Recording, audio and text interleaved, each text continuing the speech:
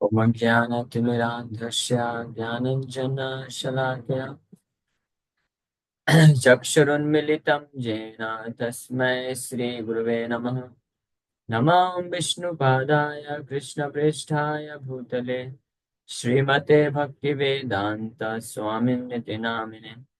नमस्ते सारस्वती देवे गौरवाणी प्रचारिणे निर्विशेष शून्यवादी पाश्चात्य देश तारिणे।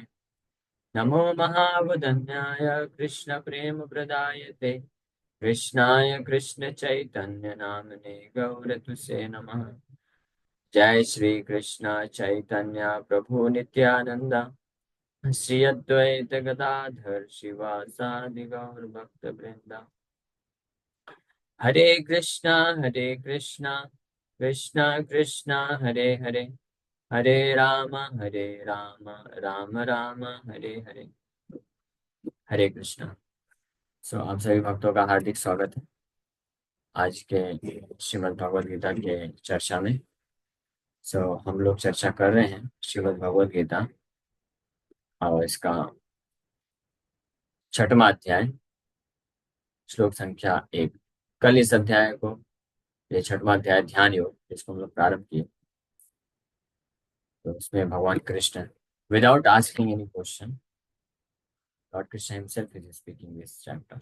भगवान अर्जुन के द्वारा बिना कोई प्रश्न पूछे ही भगवान ये अध्याय चालू कर दिए। एक्चुअली में 5th चैप्टर के शुरुआत में अर्जुन ने जो प्रश्न पूछा था उसी को कंटिन्यू ही कर रहे हैं। सन्यासी, रियल सन्यासी का डेफिनेशन बता रहे हैं पहले। फिर मन को कैसे नियंत्रित करने, मन को नियंत्रित करने की क्या आवश्यकता है, और मन को नियंत्रित करने का फिर जो मैकेनिकल सिस्टम है, वैदिक सिस्टम अष्टांग योगा, उसके बारे में वर्णन करते हैं। और फाइनली फिर अपने भक्ति योग को वापस से स्थापित करते हैं। श्री भगवान उवाच अनाश्रितः कर्म फलम कार्यम कर्म करोति यः स सन्यासी च योगी च न निराग्निर्न च क्रिया।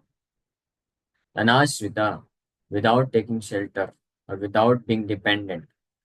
अनाश्रिता कर्म फलम, of the result of work, जो अपने कार्य कर्म के फल पे आश्रित नहीं है या आश्रय नहीं लेता है या निर्भर नहीं होता है या कर्म के फल के हेतु कार्य नहीं करता है। This is practically impossible task. कर्म के फल के हेतु के बिना कोई कार्य कर ही नहीं पाएगा इस संसार में। हेतु, हाँ, प्रलोभन, ये जब तक कुछ रिजल्ट प्राप्त करने का लक्ष्य नहीं रहेगा, ये लाभ मुझे प्राप्त करना है, तब तक वो उस कार्य को करने की प्रेरणा कहाँ से मिलेगी। कोई बिजनेसमैन होता है, वो बहुत इतना मेहनत करता है, घंटों घंटों सब मेहनत करता है, और कर्म के कार्य के फल क्या चाहता है?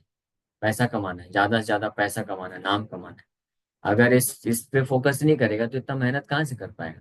मेहनत कभी कर ही नहीं पाएगा, है ना। कोई स्टूडेंट है और उसका टारगेट होता है, लक्ष्य होता है कि मुझे ये कॉम्पिटिटिव एग्जाम, इस कंपटीशन को निकालना है और फिर इतना बड़ा कॉलेज में प्राप्त करूंगा, या एक बहुत अच्छा हाई रैंकिंग ऑफिसर में बन जाऊंगा, फिर लोग मेरे सामने सलाम करेंगे, मुझे प्रणाम करेंगे, मेरा नाम हो जाएगा, ख्याति हो जाएगा और पैसा मिल जाएगा। तो ये सब उसके दिमाग में सब चलता रहता है, तभी तो वो इतना मेहनत कर पाता है, नहीं तो कैसे कर पाएगा, कार्य ही नहीं कर पाएगा। तो इसलिए अनाश्रित कर्म फलम अ, जो है ये बहुत डिफिकल्ट है। कर्म फल पे आश्रित ना होना और फिर भी कार्य करते रहना, इट्स प्रैक्टिकली इम्पॉसिबल टास्क। लेकिन है पॉसिबल किसके लिए? जो रियल सन्यासी और योगी है उनके लिए पॉसिबल है। जो ये कर सकेगा वो असली सन्यासी है, असली योगी है।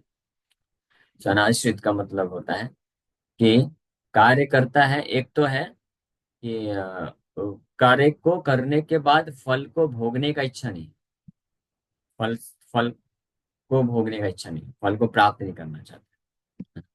और दूसरा है अनाश्रित का मतलब कि उसका जो कार्य करना है वो फल पे निर्भर नहीं।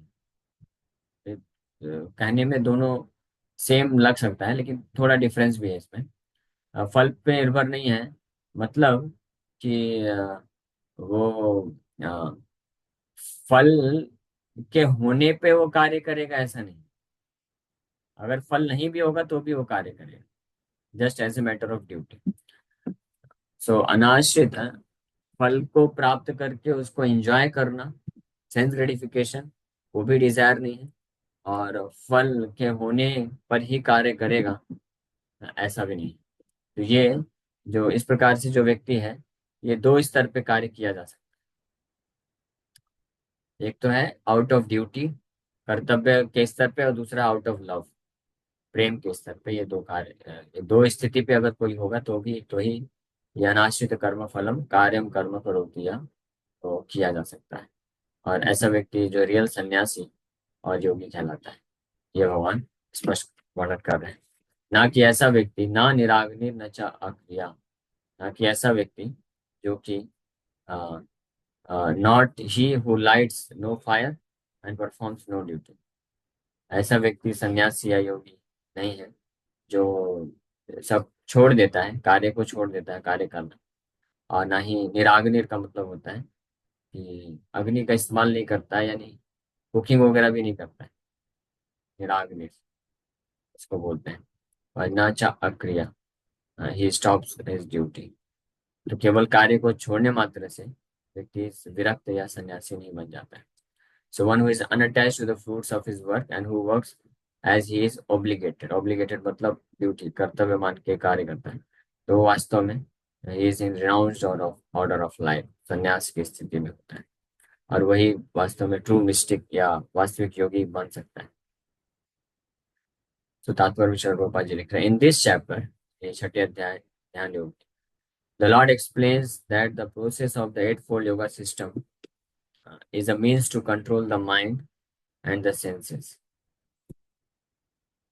However, this is very difficult for people in general to perform, especially in the age of Kali. Although the Eightfold Yoga system is recommended in this chapter, the Lord emphasizes that the process of Karma Yoga or acting in Krishna consciousness is better, जो कि भगवान already emphasise कर चुके हैं, पिछले अध्याय में बता चुके हैं। अर्जुन ने जब प्रश्न पूछा कि सुनिश्चित करके बताइए कि क्या सही रहेगा, क्या मैं सब कुछ त्याग करके योगी बाबा बन जाऊं, या इस कार्य को करूं, सब कुछ भगवान को समर्पित करते हुए कार्य को करूं। तो भगवान तो स्पष्ट बता दिए कि अर्जुन, जो है कर्म योग करना, यानी अपने इंद्रियों का इस्तेमाल कार्य करते हुए करना, कार्य को करने के लिए करना और उसको मुझे समर्पित करना, ये सर्वश्रेष्ठ है, बेटर है, बजाय कि कार्य को छोड़ने से। क्योंकि कार्य को छोड़ने पर भी व्यक्ति का मन तो उधर फंसा रहता है, तो फिर उसका कोई लाभ नहीं मिलेगा। तो भगवान पूरा पांचवा अध्याय इसी चीज पे पूरा वर्णन किया कि कैसे one should act in Krishna conscious, यानी वन व्यक्ति को कार्य करना चाहिए, लेकिन कृष्ण चेतना में रहते हुए कार्य करना चाहिए, कृष्ण भावना भावित होकर के कार्य करना चाहिए। मतलब या तो भगवान कृष्ण के लिए डायरेक्ट कार्य करना चाहिए, या अगर कोई कार्य करता है तो उसके फल को पूरा भगवान कृष्ण की सेवा में लगा देना चाहिए, दैट इज बेटर। ये भगवान बता दिए।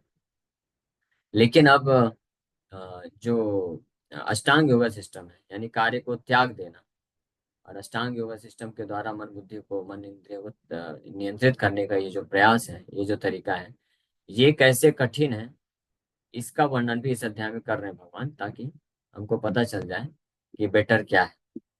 तो कोई चीज जब बेटर होती है उसको प्रूव करने के लिए, तो एक तो वो बेटर क्यों है ये बताना होता है, और फिर दूसरे के कंपैरिजन से करके कि उससे बेटर क्यों है वो बताना होता है। इसलिए भगवान यहाँ पे ये एट फोल्ड योगा सिस्टम, अष्टांग योगा सिस्टम के बारे में वर्णन करेंगे, इसके द्वारा मन और इंद्रियों को संयमित करने का विधि दिया हुआ है, ताकि ये समझ सकें कि this is very difficult for people in general, specially in this age of Kali. लेकिन एक बात बड़ी स्पष्ट है कि जो अष्टांग योगा सिस्टम है, जिसको ध्यान योग भी बोलते हैं, अष्टांग इसलिए बोला जाता है क्योंकि इसमें 8 अंग हैं, यम नियम आसन प्राणायाम प्रत्याहार ध्यान धारणा समाधि। तो आसन प्राणायाम लोग करते हैं कई बार, यम नियम कोई फॉलो नहीं करता। लेकिन ये इंपॉर्टेंट चीज है कि अष्टांग योगा सिस्टम का मुख्य उद्देश्य है मन और इंद्रियों को कंट्रोल करना, नियंत्रित करना। तो इसलिए अगर कोई इस अष्टांग योगा सिस्टम का कुछ पार्ट यूज करता है अपने इंद्र तृप्ति करने के लिए, तो वास्तव में उसको कोई लाभ नहीं मिल रहा है, योगा करने का कोई लाभ नहीं मिलेगा। अष्टांग योग, वो एक्चुअली में अष्टांग योगा कर भी नहीं रहा, ध्यान योग कर भी नहीं रहा। ध्यान योग या अष्टांग योगी उसको बोलते हैं जो सिस्टमेटिक प्रॉपर तरीके से करता है और अपने मन और इंद्रियों को वश में करता है और यम नियम को फॉलो करता है. So everyone acts in this world to maintain his family and their paraphernalia, but no one is working without some self-interest, some personal gratification, be it concentrated or extended.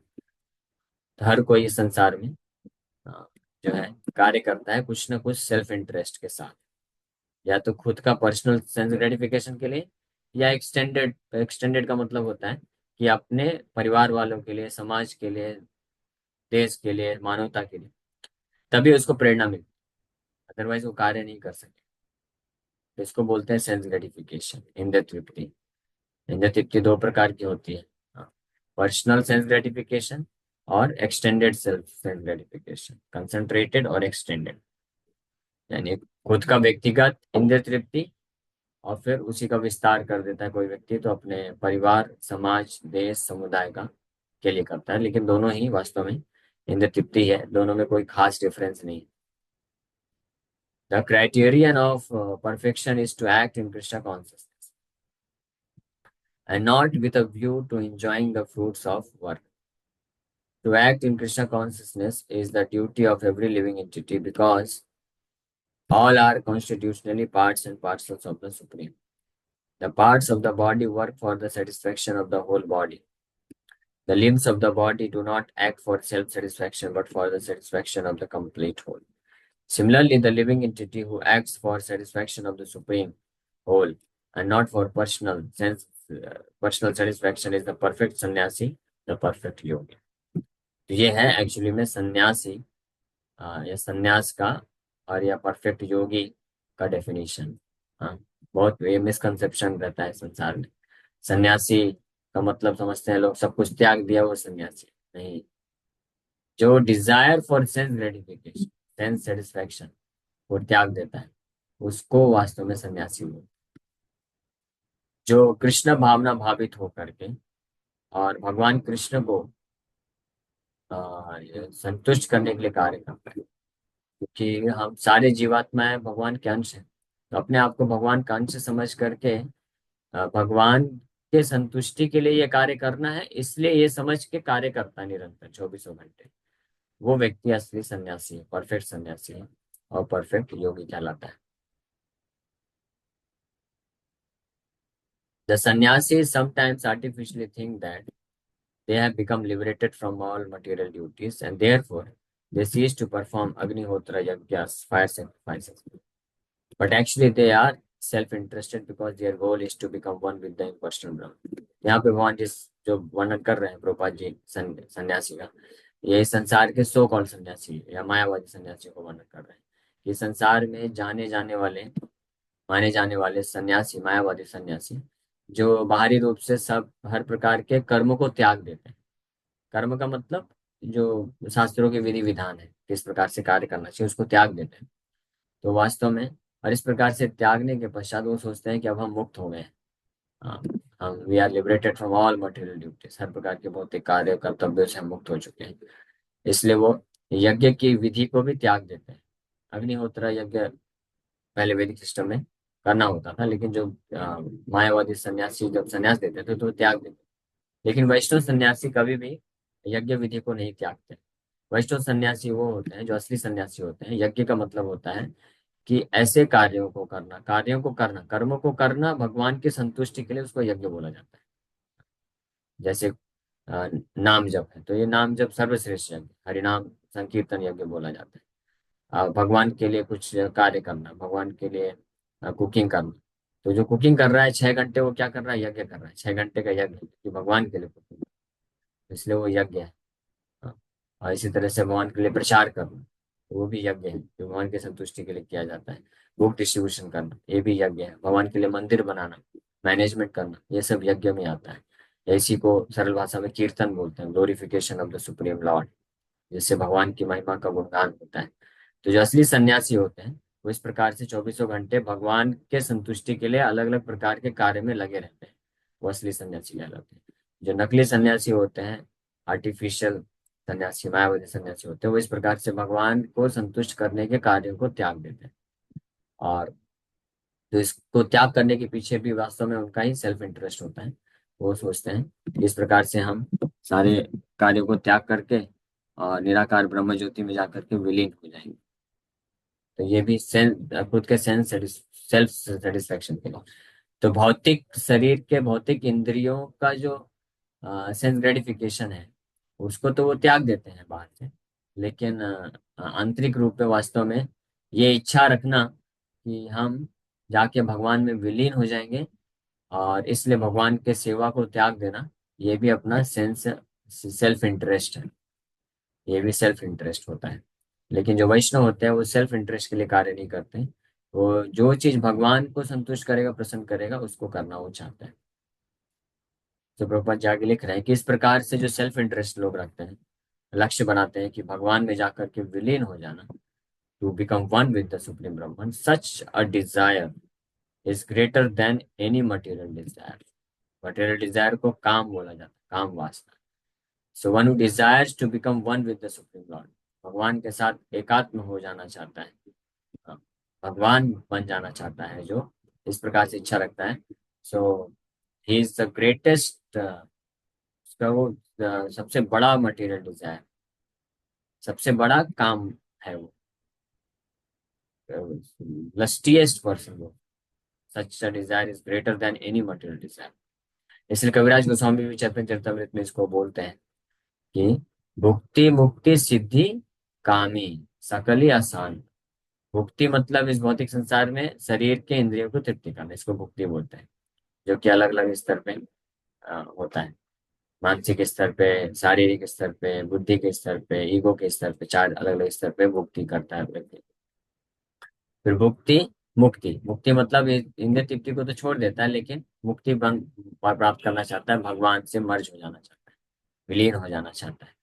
तो और सिद्धि, इसको सबको कामी बोलते हैं, lusty. They all are lusty. और इसलिए lusty होने के कारण सकल ही अशांत है, इसलिए उनका मन हमेशा पूरी तरह से अशांत रहता है। बट कृष्ण भक्त निष्काम विदाउट लस्ट, कृष्ण भक्त इज विदाउट लस्ट, निष्काम, अतएव शांत, that's why he is completely peaceful. Because whatever he does, वो जो भी करता है वो भगवान के लिए करना चाहता है, no self desire. So but it is not, so such a desire is greater than any material desire, but it is not without self-interest. Similarly, the mystic yogi who practices the yoga system with half open eyes, ceasing all material activities, desires some satisfaction for his personal self. इसी प्रकार से योगी भी कुछ ना कुछ सिद्धियां प्राप्त करना चाहता है। जो असली योगी होता है, तो वो तो भगवान को समझने के लिए, परमात्मा को जानने के लिए, उनका दर्शन प्राप्त करने के लिए योगा करता है। लेकिन कई योगी होते हैं, कुछ हजार साल तपस्या करने, योग करने के बाद फिर उनको सिद्धियां मिलनी जब प्रारंभ हो जाती हैं, तब वो सिद्धियों में जो है भ्रमित हो जाते हैं और वहीं पे फंस जाते हैं। इसलिए वो भी पर्सनल सेल्फ के सेटिस्फेक्शन के लिए इच्छा रखते हैं। So but a person acting in Krishna consciousness works for the satisfaction of the whole without self interest. हाँ, लेकिन कृष्ण भावना भावी जो भक्त होता है, वो भगवान के संतुष्टि के लिए कार्य करता है। A Krishna conscious person has no desire for self satisfaction. His criterion of success is the satisfaction of Krishna, and thus he is perfect sannyasi or perfect yogi.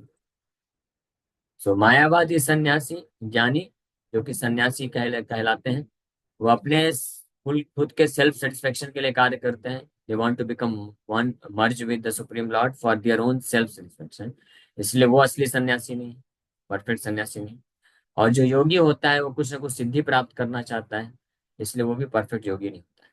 But वहीं पे जो कृष्ण कॉन्शियस पर्सन होता है, जो भक्त होता है, हालांकि वो बाहरी रूप से ना तो ये ज्ञान मार्ग को अपनाता है, हाँ, और ना ही योगी की तरह बनता है, लेकिन वो हर प्रकार के कार्य करता है, कार्य में अपने आप को लगाता है, लेकिन कृष्ण के संतुष्टि के लिए कार्य करता है। इसलिए ऐसा जो कृष्ण कॉन्शियस पर्सन है, कृष्ण भावना भावित जो व्यक्ति होता है, जो कृष्ण के संतुष्टि के लिए कार्य करता है, वो परफेक्ट सन्यासी और परफेक्ट योगी। इस तात्पर्य रूपा जी क्लियर कट बता दिए। ध्यान योग कंप्लीट यहाँ पे चैप्टर। चैप्टर ध्यान योग चैप्टर का पहला श्लोक है, रूपा जी तात्पर्य में बता दिए। परफेक्ट ध्यान योग क्या है?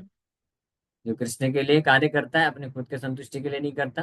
जो कृष्ण के लिए कार्य करता मतलब कि कृष्ण के सेवा के लिए जो आवश्यकता है वो कार्य करता है, उसको परफेक्ट योगी बोलते हैं, और वह परफेक्ट सन्यासी है। ठीक है। So Lord Chaitanya, the highest perfectional symbol of renunciation, prays in this way. भगवान श्री चैतन्य महाप्रभु जो सबसे बड़े सन्यासी के रूप में विख्यात हुए, इस प्रकार से प्रार्थना करते हैं। न धनम न जनम न सुंदरीम कवितां वा जगदीश कामये मम जन्मनि जन्मनीश्वरे भवताद भक्ति रहे तुकी त्वयि। O Almighty Lord, I have no desire to accumulate wealth, nor to enjoy a beautiful woman, nor do I want any number of followers. What I want only is the causeless mercy of your devotional service in my life, birth after birth. This is ideal sannyasi. Was others a perfect sannyasi? ये लक्षण होता है जो कार्य करते हैं हर प्रकार के, लेकिन इच्छा नहीं होती। They don't have any desire to accumulate wealth. न वसु निचये ना एव कामोपभोगे। किंकुल शेखर भी मुकुंद माला स्रोत में वर्णन करते हैं।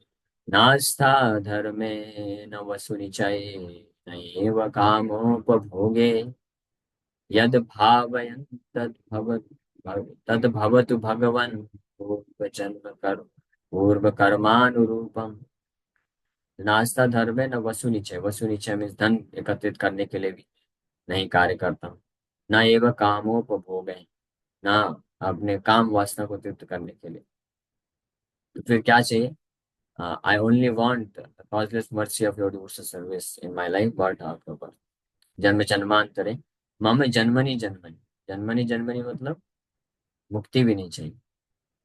भवताद भक्ति अहेतुकी। अहेतुकी आपकी भक्ति चाहिए। अहेतुकी का मतलब होता है कि बिना किसी कारण के, कोई कारण नहीं चाहिए। यहाँ तक कि जो जो ब्रज के जो शुद्ध भक्त होते हैं, उनको तो ये भी कारण नहीं चाहिए कि कृष्ण भगवान है और हम कृष्ण के अंश हैं। ये कारण में भी नहीं चाहिए। भवतात भक्ति रहे तो की तो ही। हाँ, तो ना तो भौतिक हेतु चाहिए और ना ही आध्यात्मिक हेतु भी चाहिए। यहाँ वैकुंठ जगत प्राप्त करना है, भगवान का सानिध्य प्राप्त करना है, ये भी हेतु नहीं चाहिए। हाँ, चार पांचों प्रकार की मुक्ति भी नहीं चाहिए। इसलिए जन्मनी जन्मनी बोल रहे हैं।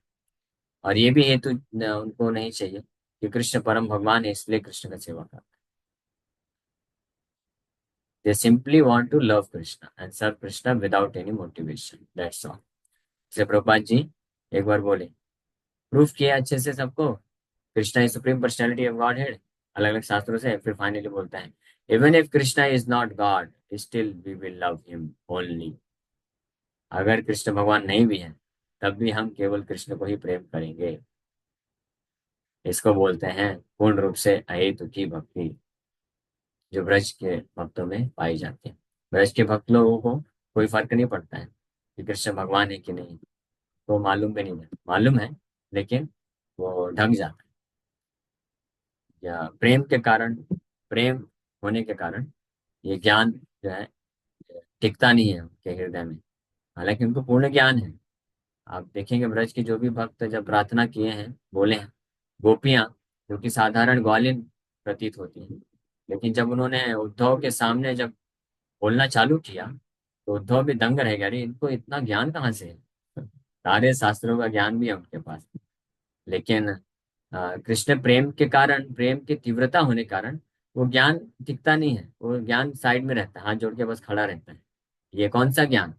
निर्विशेष ज्ञान की बात नहीं कर रहे, भगवान का पर्सनल जो ज्ञान है कि भगवान जो है परम भगवान है, सब उनके अंश हैं और सबके कंट्रोलर हैं। ये ज्ञान लेकर के उद्धव जी आए थे शिक्षा देने के लिए, लेकिन ये ज्ञान भी काम नहीं किया। वो बोले, whatever it may be, we want Krishna and Krishna only, we want to love Krishna, that's all. So ये अहेतुकी। तो खैर ये तो बहुत हाई लेवल का ब्रज के भक्त का भाव है। बट एनी इवन जो शुद्ध भक्त होते हैं वैकुंठ स्तर के भी, तो भौतिक हेतु तो उसको तो त्याग ही देते हैं। कोई भौतिक हेतु से भगवान का भक्ति या सेवा नहीं करना चाहते हैं। इसलिए ऐसे जो भक्त होते हैं वही वास्तव में परफेक्ट सन्यासी और परफेक्ट योगी होते हैं। इस पहले श्लोक का ये शिक्षा है, छठे अध्याय की। ओके, इसी के साथ यहीं पे विराम करते हैं। Thank you very much. किसी भक्त का कोई प्रश्न है, पूछ सकते हैं। यस, क्षमा माता जी। हरे कृष्णा प्रभु जी। हरे कृष्ण। पंचांग प्रणाम प्रभु जी। मुक्ति मतलब ये होता है ना कि ये भौतिक जो आइडेंटिटी है इससे ऊपर होकर और कृष्णा को समर्पित होना, मतलब उनको उनको ही पाने की इच्छा यस, हाँ, ये सिर्फ। असली मुक्ति यही है। हाँ, सर्व। फिर महाप्रभु ये जो शिक्षाश्रम में ये जन्मनि जन्मनीश्वरे ये वाली लाइन को मुक्ति कैसे, मतलब कह रहे हैं कि ये मुक्ति नहीं है, मुक्ति नहीं चाहिए मुझे। हाँ, तो वो वो तो वाली मुक्ति, ये जो 5 प्रकार की मुक्ति वर्णन की जाती है ना, कि इस भौतिक संसार से निकल करके या तो भगवान में जाके विलीन होना, वो एक प्रकार के मायावादी लोग, वो लोग वो मुक्ति चाहते हैं।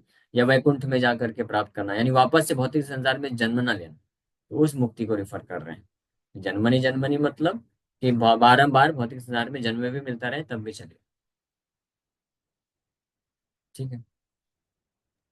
ओके प्रभु, हरे कृष्णा। हरे कृष्ण। हरे कृष्ण प्रभु, दंडवत प्रणाम। हरे कृष्ण। प्रभु, इस जगत में रह के भक्त मुक्ति प्राप्त कर सकता है क्या? सिमिलर इसी क्वेश्चन से कनेक्टेड था हाँ, प्राप्त जो। कर सकते। मुक्ति हित्वा अन्यथा रूपम स्वरूपेण अवस्थिति, नारद मुनि भागवत में बोलते हैं। मुक्ति का अर्थ ये नहीं है कि ये भौतिक शरीर को छूट जाए और चार चार चार हाथ आ जाए। वो तो मुक्ति है, लेकिन कोई भौतिक शरीर में रहते हुए भी यह यस्य हरेर दास से कर्मणा मनसा गिरा, इस संसार में रहते हुए कोई हरि का अगर दास है, जो 100%, 100% तरीके से कर्मणा सारे कार्यों से, मनसा मन से, और गिरा मतलब वाणी से, ये तीनों से 100% तरीके से कृष्ण हरि के दास है, सेवा में लगा हुआ है, तो जीवन मुक्त ऐसा उच्चते। वो इस भौतिक संसार में रहते हुए भी उसको मुक्त मानना चाहिए, वो ऑलरेडी मुक्त है, लिबरेटेड। ठीक है मतलब ये। प्रभु, अगर बार बार भी वो मनुष्य श्रेणी में जन्म लेके इस तरह जी भी रहा है तो भी वो मुक्त हाँ, कहलाएगा, मुक्ति है, अगर इन मुक्ति केस। माना जाता है, यस, मुक्त माना जाता है उसको। ठीक है। Yes thank question. You. Vaishno माता जी। हरे कृष्णा प्रभु जी, पंचांग प्रणाम।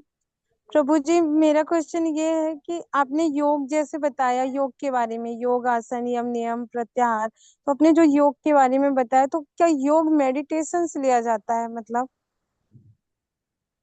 योग अष्टांग योगा के बारे में हमने चर्चा की, असली अष्टांग योगा सिस्टम कुछ और है। और आजकल जो मेडिटेशन ये सब सिखाते हैं, ये सब नॉनसेंस है। असली अष्टांग योगा सिस्टम में मेडिटेशन मतलब ध्यान। ध्यानावस्थित तद्गतेन मनसा पश्यन्ति यम योगिनः। पश्यन्ति यम, यम मतलब they see the form of the supreme lord, परमात्मा का दर्शन करते हैं। उसको बोलते हैं ध्यान, उसको बोलते हैं मेडिटेशन। ये बोगस मेडिटेशन नहीं कि जाके ज्योति का ध्यान कर रहे हैं, ब्रह्म का ध्यान कर रहे हैं। ये ध्यान ये नहीं है। अष्टांग योग में जो पतंजलि मुनि जो योग बताए हैं, उसमें ये है परमात्मा के ध्यान, परमात्मा का दर्शन प्राप्त करना, ये लक्ष्य रख करके बाकी सारे नियम पालन करता है। यम नियम आसन प्राणायाम प्रत्याहार सब पालन करता है।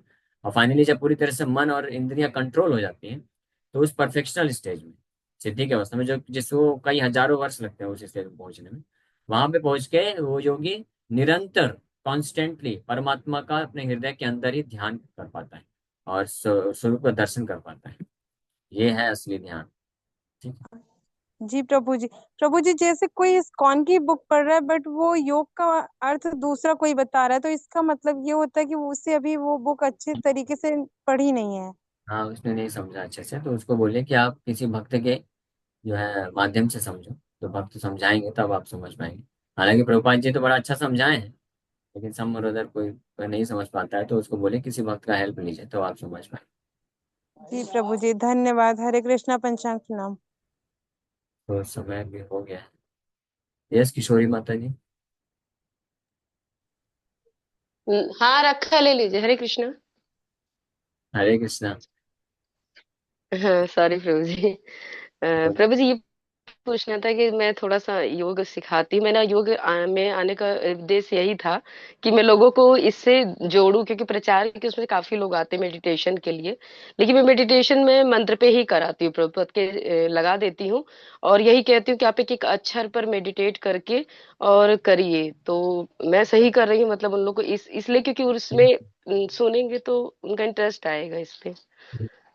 चलिए, ये तो अच्छी बात है, कम से कम आप हरे कृष्णा जो है मंत्र लगा करके उसमें ध्यान करने के लिए इनकरेज करते हैं, तो अच्छी बात है। धीरे धीरे प्रयास करिए, उनमें से कुछ लोगों को फिर बोलिए कि बेस्ट मेडिटेशन है कि आप खुद हरे कृष्ण मंत्र बोलो और उसको ध्यान से सुनो। ये बेस्ट, इस प्रकार से प्रेरित यस कर। प्रभु जी, यही कर रही हूँ। धीरे धीरे मंत्र, पहले मंत्र याद हो रहा है उन लोग को, फिर उनको आगे माला पे लेके आऊँ। जी ठीक प्रभु है, जी, हरे अच्छी कृष्ण। बात है। हरे कृष्ण।